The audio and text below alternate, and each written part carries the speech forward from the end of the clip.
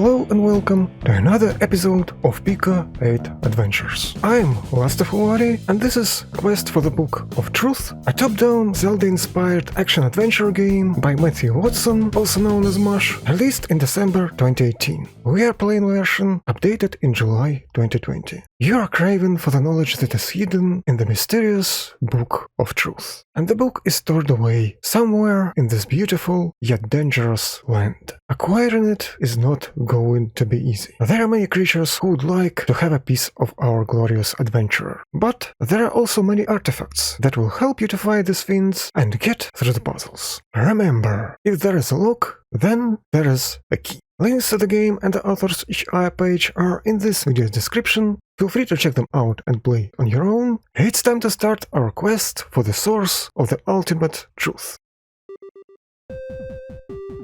Okay, nice music, and I can hit stuff and folks, and let me just test it out. If I get back and forth, then everyone just responds, so I gotta keep that in mind. And there is also inventory, or at least a list of weapons. I only have my trusty sword for the moment being, and there are folks around.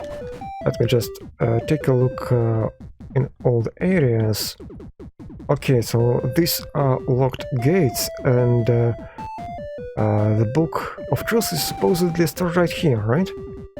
But we're not going to get it in this little video, because I'm not going to spoil the entire game as per usual.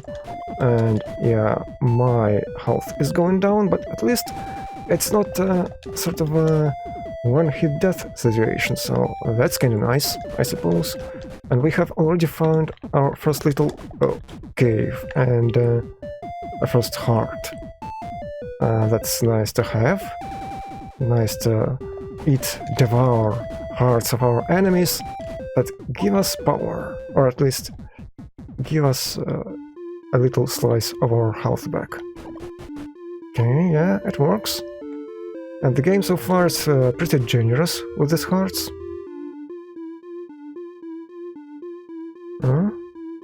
Yeah, I can take it, this ball, on a pedestal, but it switches this little gate or this obstacle barrier on the top.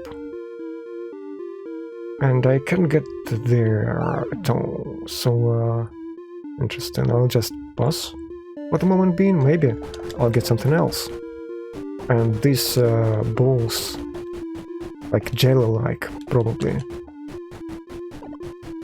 they're pretty strong. Stronger than these more humanoid creatures that we met before. Yeah, this ball would probably switch this obstacle. Sort of a airlock of sorts. But I don't have any weapons that would allow me to hit it. So how about I just try to explore and go through the dungeon and maybe find something else, something nice, something helpful.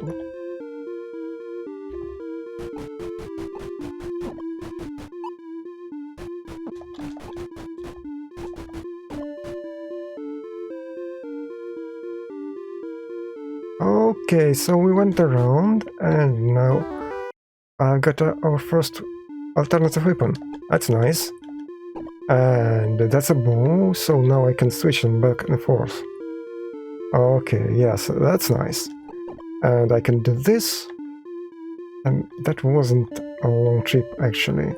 But how about I kill you remotely?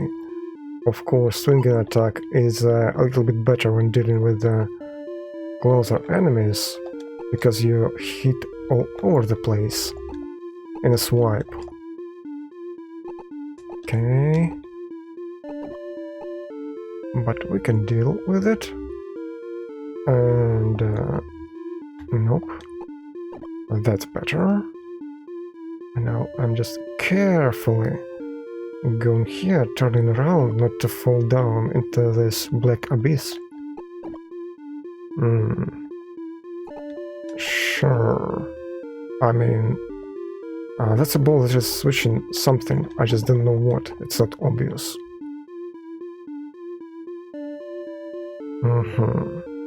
Well, there are no doors there at all, so I can't even pass around.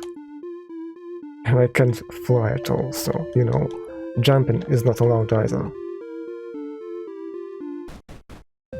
Oh, okay. That's the top. And what did it do? I didn't notice. Maybe improved my health bar? Not quite sure. Not to any sort of reasonable amount, right? Maybe it gave me a little slice, and that's why I haven't noticed it. And yeah, that's not great. How about I just do this? It's not like super easy, but that enemy is just a little stronger than the ones we went before. And that wasn't the entire dungeon, so perhaps I would find something more. Yeah, how about you just maybe jump down? Yeah, that would be ideal, thank you. And here I already went around, right? So maybe this? Well... yeah, that works. First down, then upwards.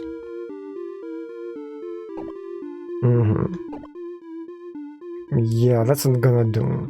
I mean, the arrow is not traveling instantly, but I'm just not gonna... Alright, I'm not gonna reach this and pass through this obstacle by the time it hits the ball. Would be interesting to get the contents of this chest, but it's not gonna happen. Yeah, and I really don't... yeah, I don't have to kill them. Oh, and I would rather not die. I wanted to get that heart really badly, but, well, you have seen that it wasn't ideal at all. Yeah, so you couldn't flank me, and that's better, maybe a little bit. Right, and that's upwards. What do we have here? Okay, yeah, so that's another of those chests. What's this?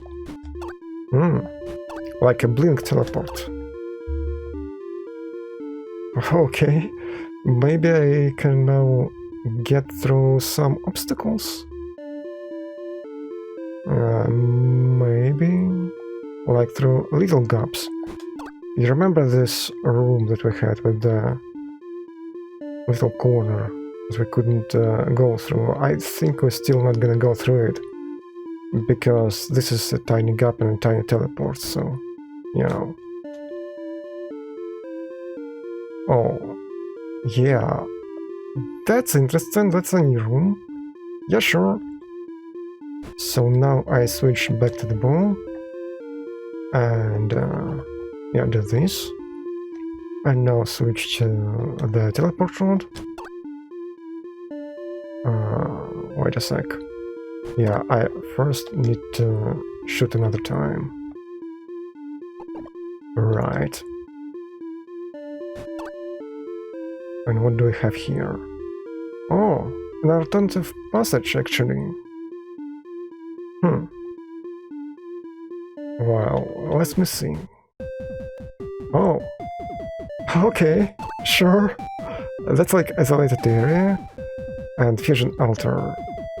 Fuse items. Yeah, let's try it. Yeah. Oh, that's what it does. So that can be very much useful, right? Yeah. Of course that means that I can't use bow for its primary purpose, but I still have a sword. And this little trick looks to be extremely important and valuable. Yeah, actually, that's fun. Fun idea. No. Shh. I want to be dead. And we will find out, are there any sort of safe states? Okay, is it? No, at least I have a couple things here. So we start in the start location, but I don't think that we'll lose any progress. So that is nice, and that's probably a good point to stop, because obviously it requires a lot of going around and finding out where do I find the keys and how do I get to them. But it's a nice world and nice graphics. Would be a little bit better if we had some sort of animations when it comes to like water textures and something like that. And also music loops, if you concentrate on them, just listen to them, then they are very much repetitive. So the base idea of this music is not bad, but yeah, it's like a 5-second sample, which is repeated way too much. But the game is quite fun. Nice graphics, nice sound effects, and nice puzzles. I could even solve quite a few of these. I haven't played any of the original NES Zelda games back in the day, only toyed a little bit in emulation, but I do indeed get this retro top-down adventure game vibe with plenty of puzzles, a rich world, and hordes of enemies to kill. That's why overall, I feel like this game deserves a thumbs up. Tell me your opinion in the comment section down below. If you like this video, you know what to do. Sharing it on social media always helps. It was LastofAvari, thank you for watching, and hopefully I will see you later.